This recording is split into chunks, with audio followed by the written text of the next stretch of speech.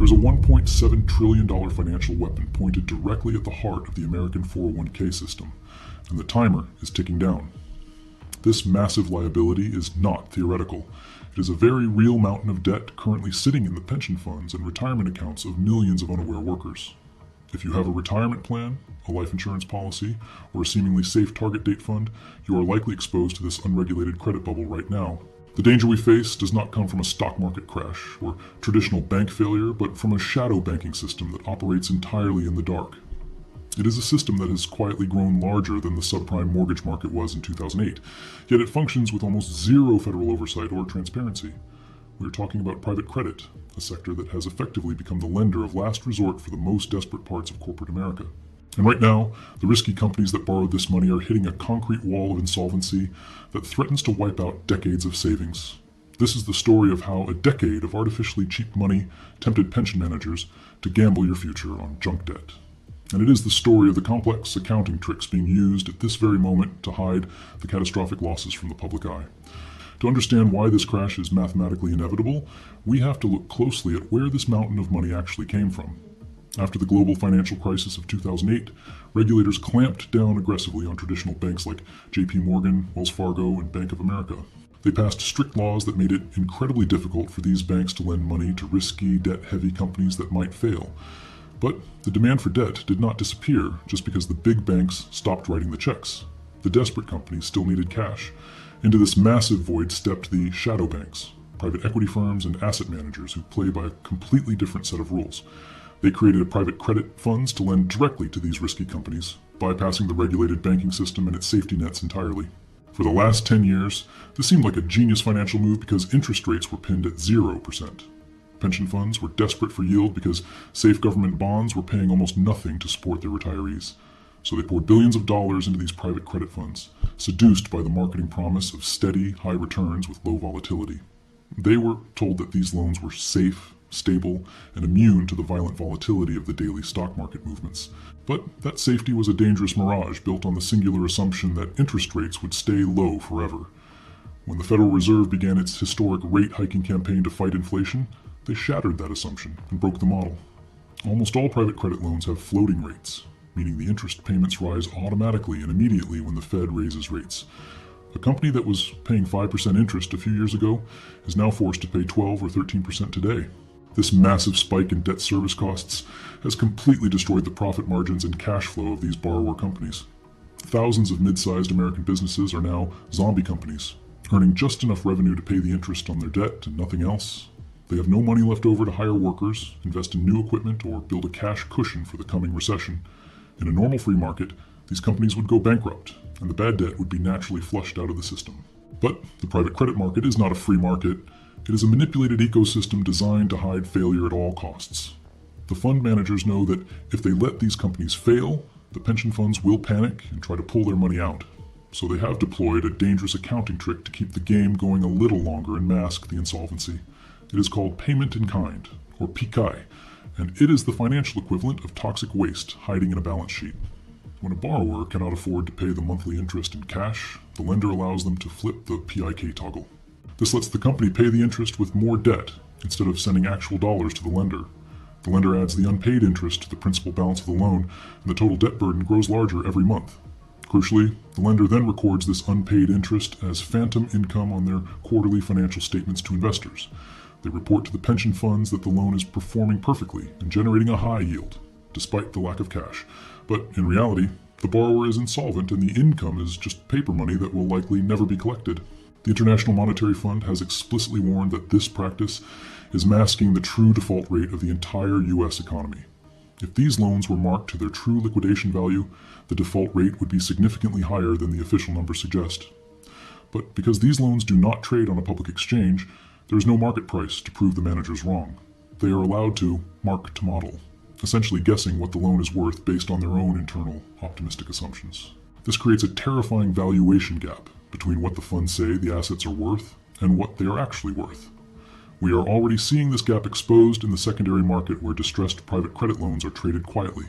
Sophisticated buyers are demanding deep discounts, paying 60 or 70 cents on the dollar for loans that funds have marked at par. This implies that the pension funds are currently sitting on billions of dollars of unrealized losses that they haven't acknowledged yet. If they tried to sell these assets today to pay current retirees, they would instantly crystallize those massive losses. This lack of liquidity is the single biggest threat to the stability of the American retirement system right now. You cannot sell a private credit loan quickly. It takes months of negotiation and legal work to find a buyer. In a crisis, when everyone wants to sell at the same time, the buyers simply disappear from the market completely. This leads to gating, a mechanism where the fund manager locks the doors and legally forbids any withdrawals for a period. We have seen this happen before in the commercial real estate sector, and it is now spreading rapidly to credit funds. Imagine entering your retirement years and being told you cannot access your life savings because the fund has been gated. This is the nightmare scenario that federal regulators are quietly preparing for behind closed doors in Washington right now. The exposure is not limited to a few wealthy individuals. It is systemic and widespread across the entire working class.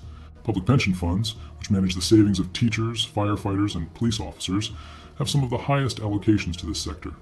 They chase the yield to plug their own funding gaps, and now they are trapped in the trade with no exit. If the shadow crash accelerates, state governments will be forced to step in to save the pension systems. They will have to choose between cutting benefits for retirees or aggressively raising taxes on working families to fill the hole. This effectively transfers the risk from the private sector speculation directly to the taxpayer, just like in 2008. But unlike 2008, the Federal Reserve has very limited tools to fix a private credit crisis of this magnitude. They cannot buy these loans to stabilize the market because they are not government-guaranteed securities like treasuries. They cannot lower interest rates to save the borrowers without risking a resurgence of inflation, which would be political suicide. So the system is left to rot, with a zombie army of companies slowly dying under the crushing weight of their debt.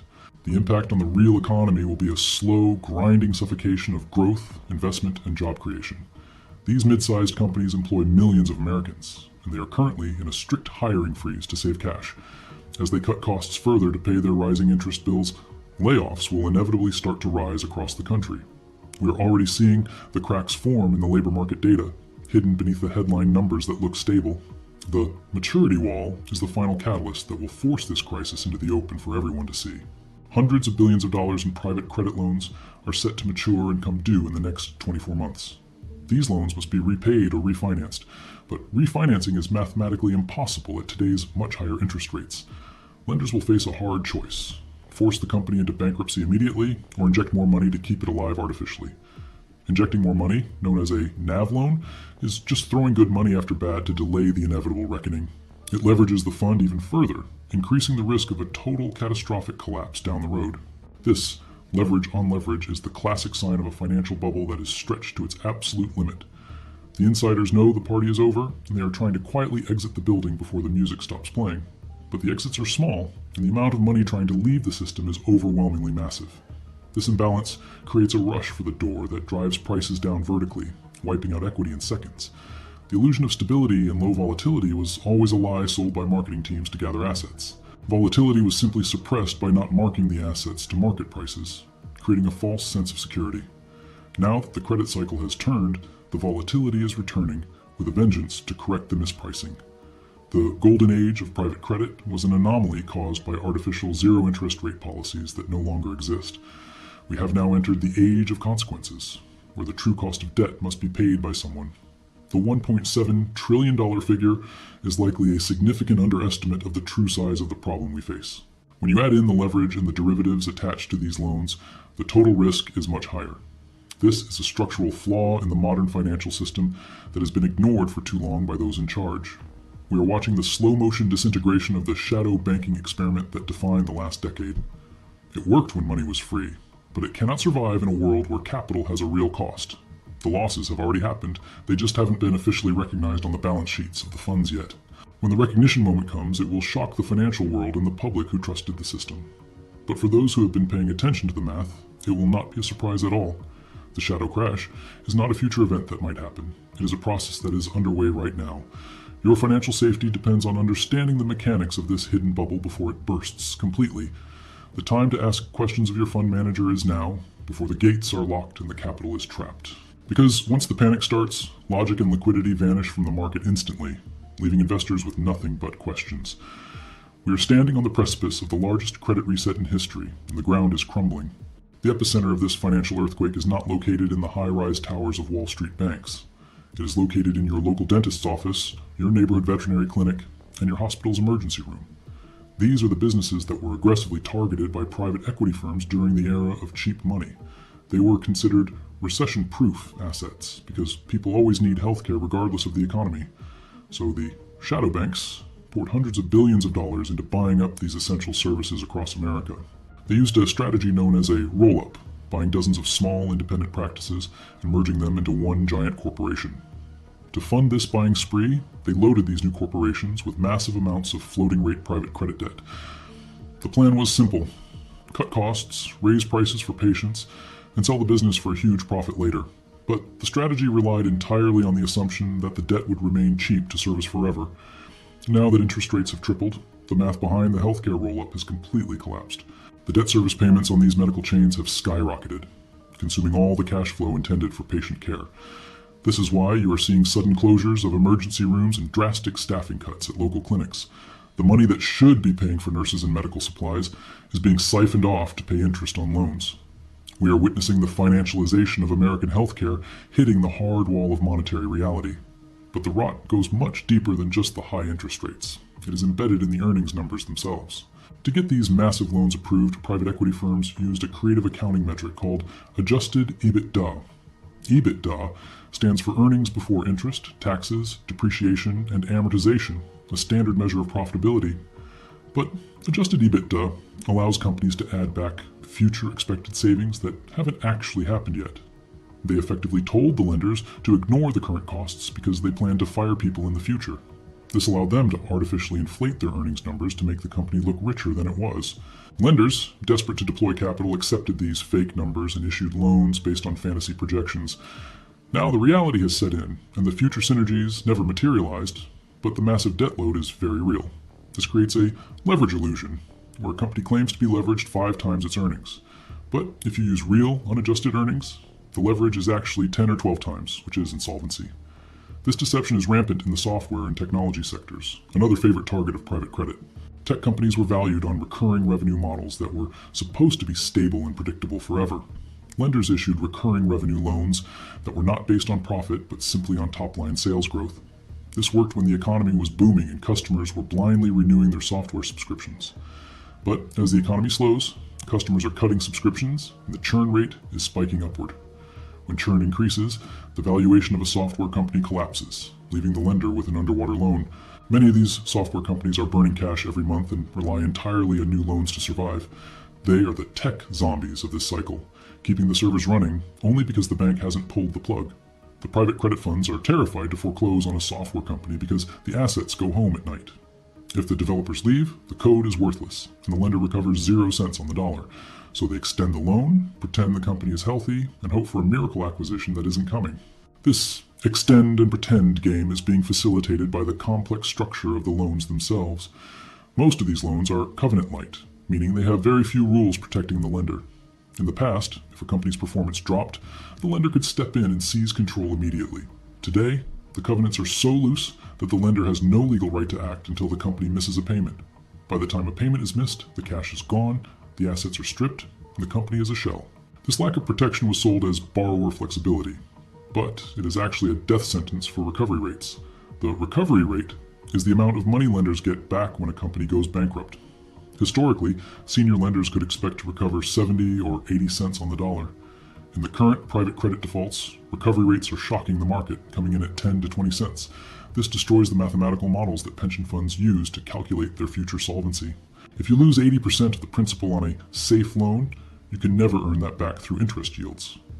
To hide this disaster, the financial industry has built a machine to launder the risk called the CLO. The Collateralized Loan Obligation, or CLO, is a complex vehicle that bundles hundreds of risky loans together. The theory is that by mixing bad loans from different industries, you create a diversified, safe pool of debt. They slice this pool into tranches, selling different levels of risk to different types of investors.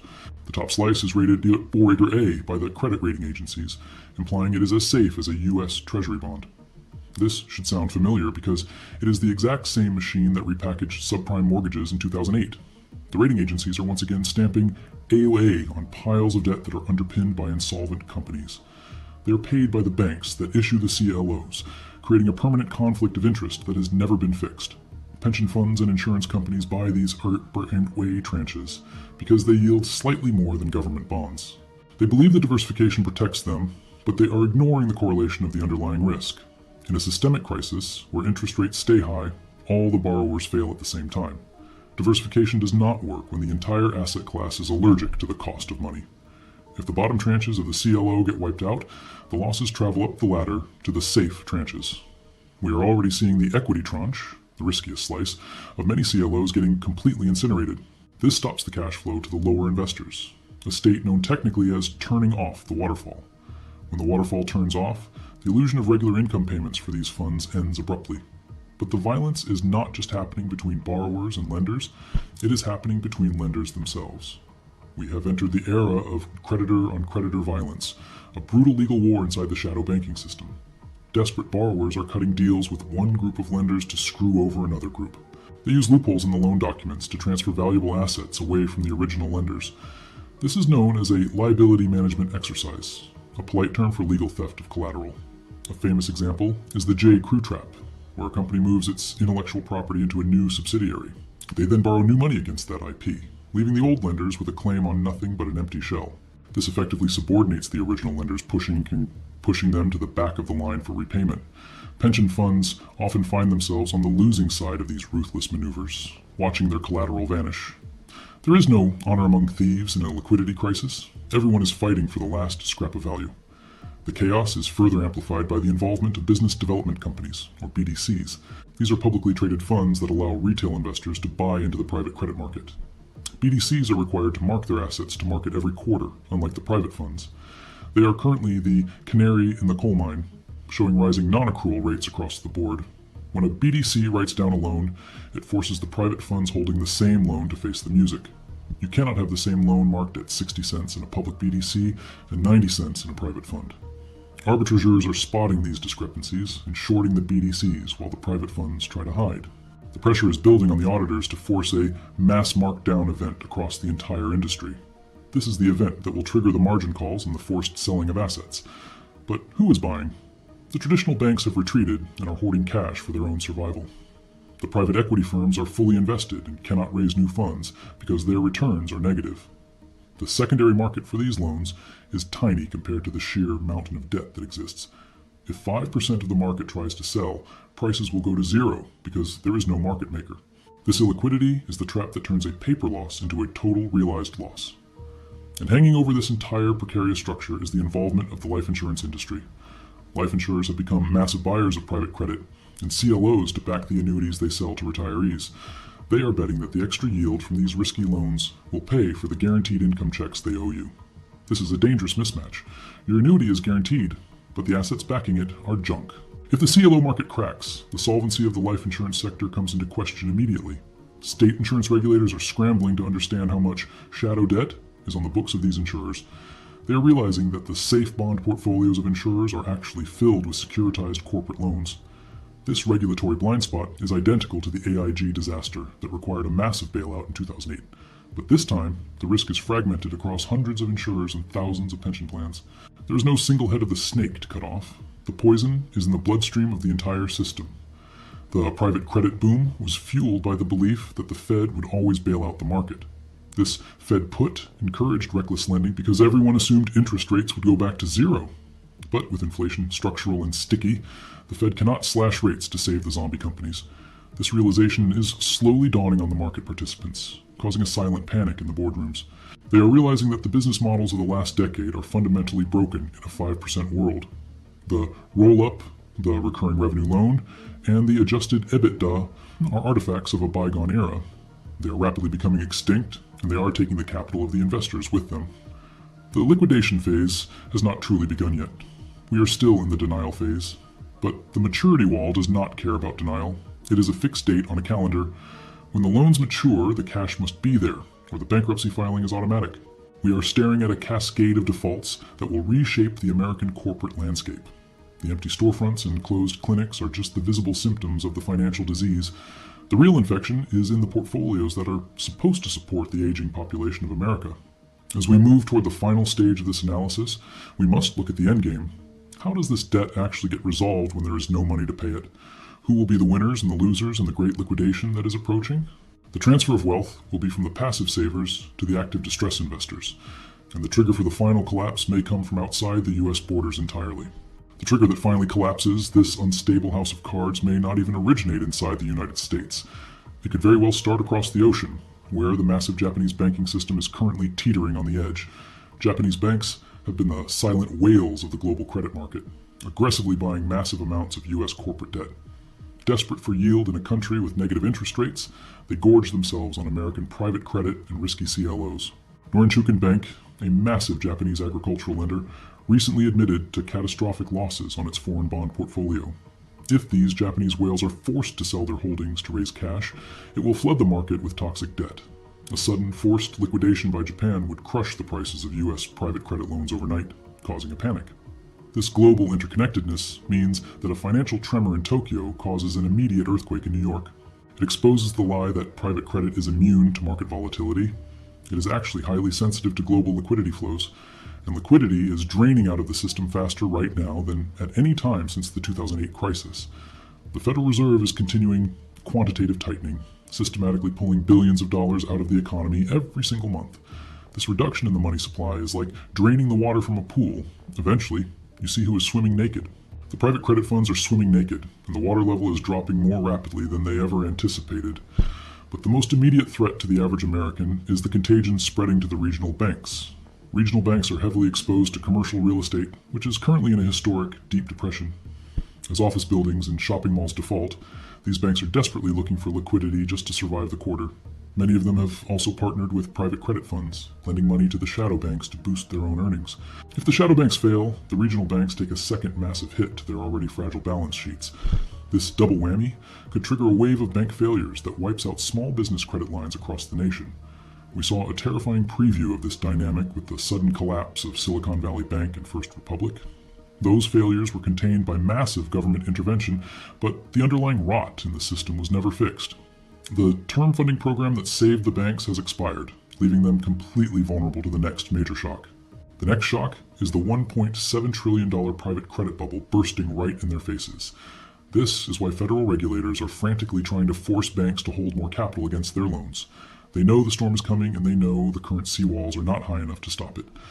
The Basel III endgame rules are a tacit admission that the banking system is fragile and severely undercapitalized. But raising capital requirements now causes a credit crunch as banks stop lending to Main Street to hoard cash. This pulls even more liquidity out of the real economy, accelerating the defaults of the zombie companies we discussed. It is a vicious feedback loop. Fear of defaults causes a credit freeze, which in turn causes even more defaults.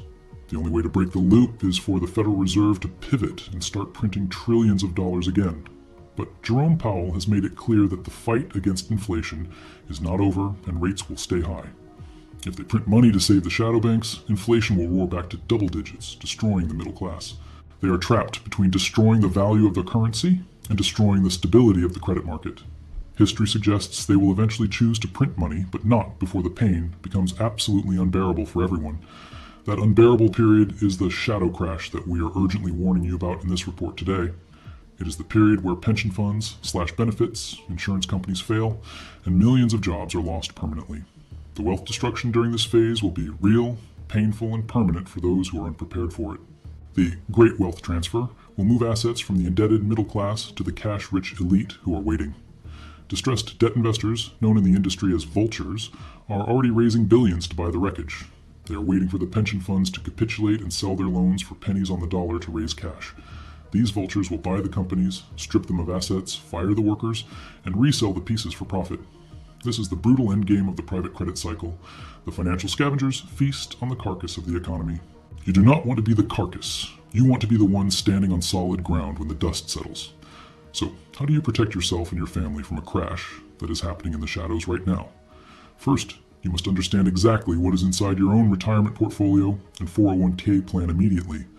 If you own a target date fund, check the prospectus to see if it holds high yield or alternative credit. These are the polite, deceptive names for junk debt and private credit allocations that are at risk. You may want to consider moving that portion of your savings into short-term U.S. Treasuries or government money market funds. Treasuries are currently paying a risk-free 5%, which is highly competitive with risky corporate debt yields. Why take the risk of a total wipeout for an extra 2 or 3% yield that might never be paid? Second, be very wary of fixed annuities offered by lesser-known insurance companies promising returns that are too good to be true. Check the financial strength rating of the insurer and ask specifically about their exposure to CLOs and private credit. If the insurer fails, you are reliant on state guarantee funds, which have strict caps and massive payment delays. Third, maintain a high level of personal liquidity in FDIC-insured accounts or physical assets outside the banking system. In a liquidity crisis, cash is king because it gives you the optionality to buy distressed assets at rock-bottom prices. Do not be fully invested in illiquid assets like real estate or private funds that you cannot sell when panic hits. Fourth, pay down your own floating rate debt as aggressively as possible to avoid the interest rate trap. The same interest rate spike killing the zombie companies is hurting households with credit card debt and adjustable mortgages. Get out of the debt system before the credit lines are cut off by the banks during the coming crunch. Finally, educate your community and your family about this hidden risk so they are not caught off guard. Most people are sleepwalking into this crisis, trusting that the experts and regulators have everything under control. The experts do not have it under control. They are actively trying to hide the problem to prevent a panic. The soft landing narrative is a marketing slogan designed to keep you invested while the institutions exit their positions. Real economic data shows a hard landing is already happening in the industrial, manufacturing, and credit sectors. The freight recession, the manufacturing contraction, and the bankruptcy spike are the real indicators of the economy's health. The stock market is being propped up by a handful of AI tech stocks, masking the weakness underneath the surface. This bifurcated market cannot last forever. Eventually, the credit reality drags the stock valuations down to earth. When the credit cycle turns, equity values are always the last to fall, but they fall the hardest and fastest. The $1.7 trillion bubble is the pin that will pop the everything bubble we are living in. It is the weak link in the chain that connects the high towers of Wall Street to Main Street America. We are witnessing the end of an era of financial irresponsibility and magical thinking about debt and risk. The belief that you can borrow your way to prosperity without paying the price is dying a painful death. The price is now being presented, and it includes the accumulated interest of a decade of mistakes. This correction is necessary to cleanse the system of zombie companies and bad capital allocation that stifles growth. But the process of cleansing is painful, chaotic, and destructive to the unprepared investor who ignores the signs. The shadow crash will rewrite the rules of investing for the next generation of Americans. It will teach us again the difference between return on capital and return of capital in a crisis. Getting your money back is more important than getting a high yield on paper that disappears in a crash. The pension funds forgot this lesson, and they are about to learn it the hard way in the coming months. Do not let their mistake become your financial ruin. Take action while the window of opportunity is still open. Take control of your financial destiny by becoming your own risk manager and questioning every financial product you own. Do not delegate your safety to a fund manager who gets paid whether you lose money or not. The incentives of Wall Street are not aligned with the incentives of your retirement security. They want fees and assets under management. You want security and survival for your family's future. This divergence of interests is why the private credit trap was set in the first place by the industry. It was a product designed to generate massive fees for them and hide massive risks for you. Now the trap is springing shut, and the window for protective action is closing rapidly every single day. The signs are all around us. The PIK toggles, the gated funds, the failing insurers, and the rising defaults. You have been given the warning that the mainstream media is largely ignoring until it is too late. They will only cover this story after the crash has already happened, when your losses are already locked in. You have the advantage of foresight and the ability to act before the herd panics and liquidity vanishes. Use this knowledge to fortify your balance sheet, protect your family, and survive the coming financial storm. The storm is here, operating in the shadows, but its devastating effects will soon be visible to all of us.